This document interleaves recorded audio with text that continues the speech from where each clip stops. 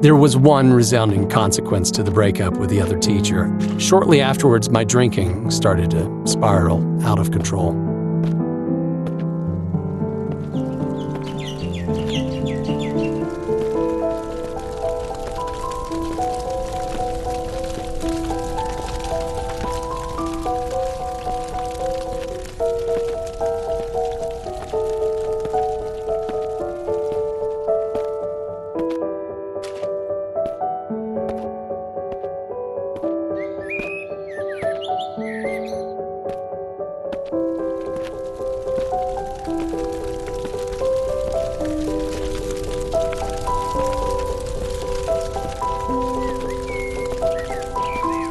Perhaps it shouldn't have come as a surprise. My father had been something of a drinker when I was young, though he did manage to reduce his intake by the time I left home, thanks to the numerous threats of divorce from my mother. The irony wasn't lost on me. My father partially conquered his alcoholism to keep a woman in his life, while losing 2 women in my own only drew me closer to the demon drink.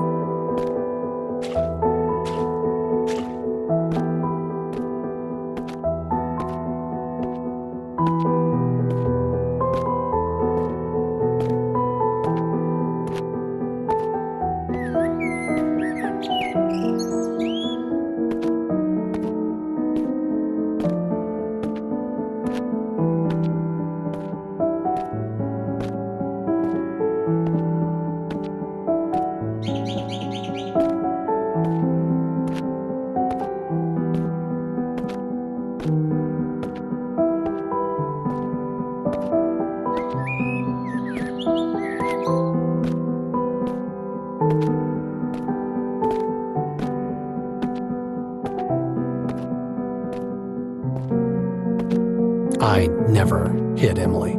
Not before the drink and not after. It just didn't affect me that way. Alcohol didn't make me violent, it made me negligent.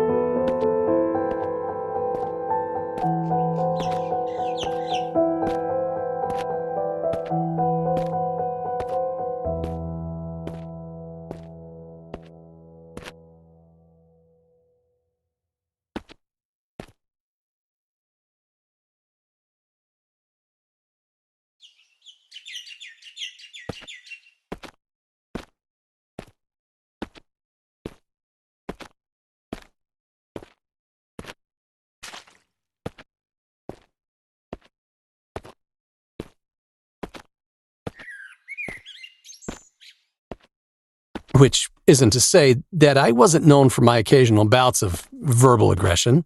That much I can't deny, and I probably raised my voice to Emily more often than I should have. I certainly recall at least one occasion when I reduced her to tears, and there were probably other occasions that I simply can't remember. But I never hurt her physically. That much I'm certain of. That just wasn't who I was or who I am today.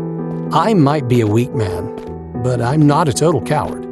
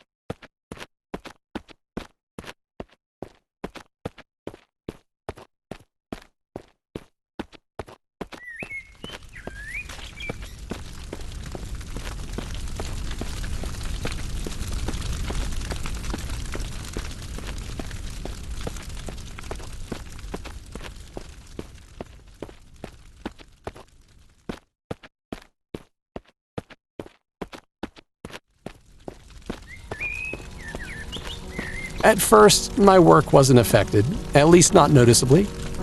As the months progressed, however, I found myself substituting the water in my plastic bottle for vodka. Only sometimes on especially hard days, and only a partially full bottle. No one ever knew, of course, that though my work performance was questioned on one or two occasions. That said, my job was never in threat, at least for the first year or so. Then came the day of a certain small incident, and well,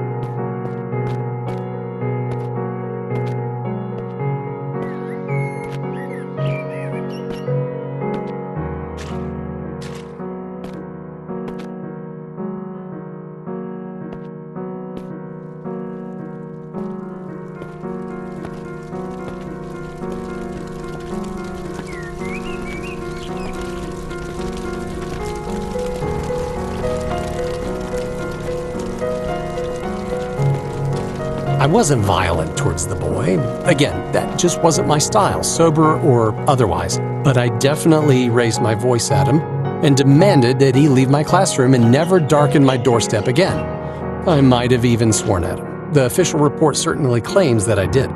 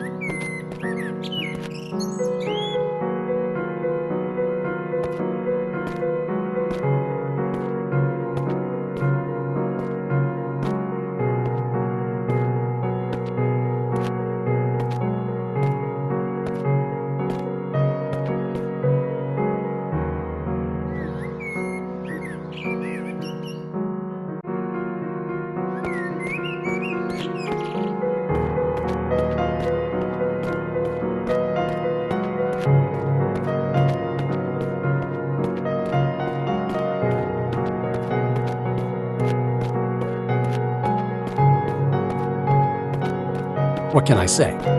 His disruptive behavior was difficult enough to tolerate, even when I was in a fitter state to endure such nonsense, but things were starting to deteriorate in my life generally, to the point where Emily's grandparents were starting to intervene a little, and I guess I took my frustrations out on him rather than her.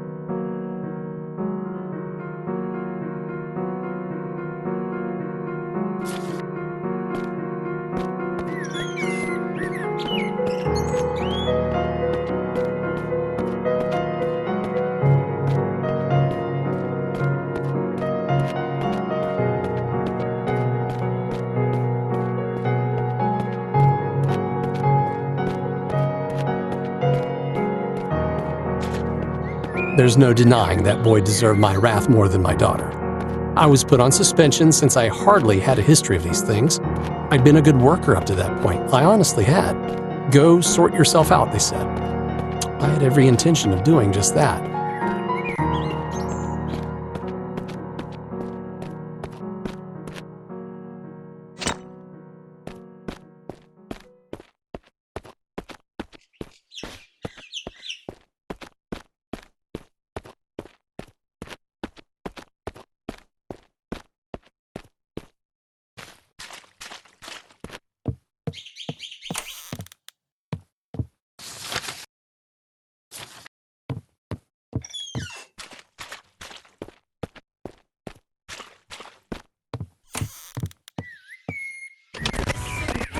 Darling, you can't keep blaming yourself for what happened. Not to me, and me.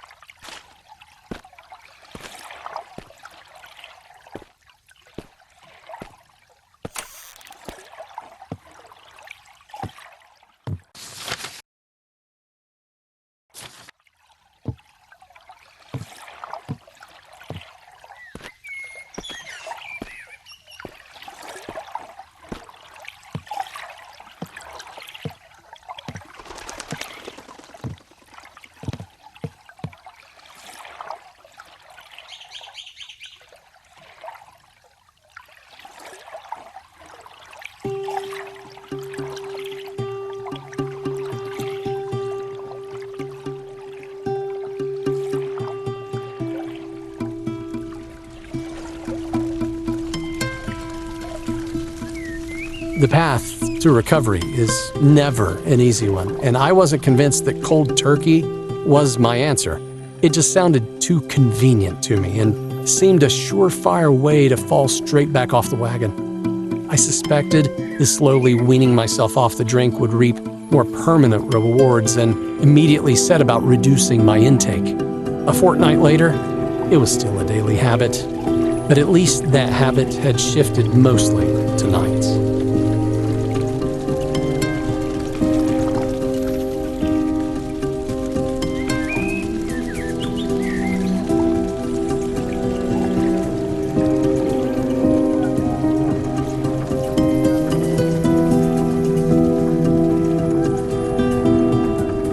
After talking Emily's grandparents around, convincing them this was the first step on my road to recovery, I soon organized a trip to one of our favorite beaches, a retreat we'd been to a couple of times before. It would be a week's trip during her school holidays away from the stresses of both of our lives. Emily was happy, especially after I explained to her that this was Daddy's chance to get better. At the very least, that was the plan.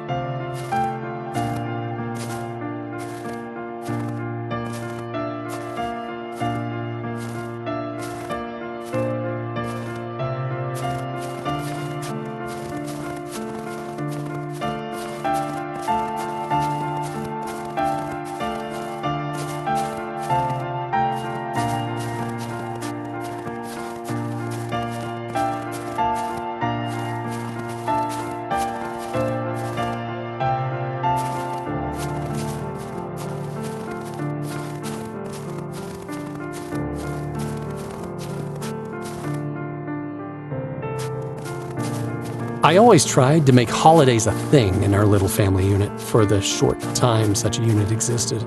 I was more of a summery person, while my wife adored the snow. Perhaps it was her Russian roots. Our daughter was happy almost anywhere and everywhere, but there's no denying she felt the cold more than any of us. Daddy, Axel's shivering. He needs more fire. We all knew, of course, that she was referring to herself and not the rabbit, but if that was her way of appearing courageous, we were willing to go along with it. I rug it up and left the two ladies in the log cabin in search of wood to feed the fireplace.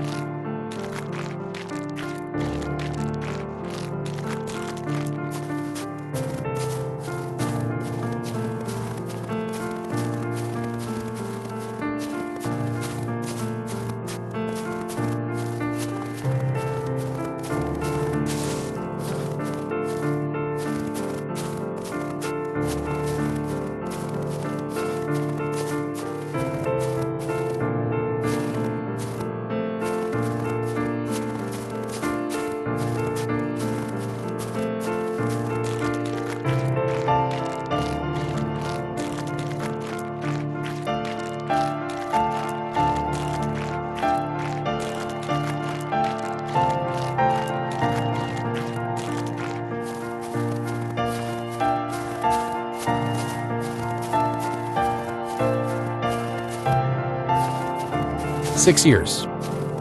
That's all the time we had together, all three of us. All the time that Emily had to get to know her mother. "Daddy, when will Mommy be coming home?" she asked the day after Cassandra died. I opened my mouth to answer, but all that came from my throat was an impotent, choking sound. Tears were quick to follow. Emily, brave little soul that she was, did her best to console me.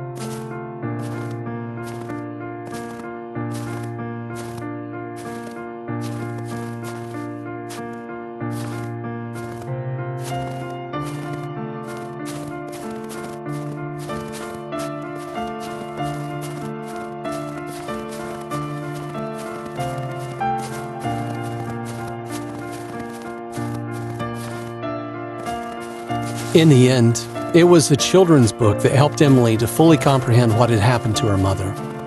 So the mummy deer got sick, and there was nothing the other deers could do to help her? That's right, sweetie. We all have to pass on sooner or later. Your mother's time just came sooner than we expected. It was in that moment that I understood why families bought pets with short life expectancies, like goldfish and guinea pigs. Emily had little concept of death up until that point.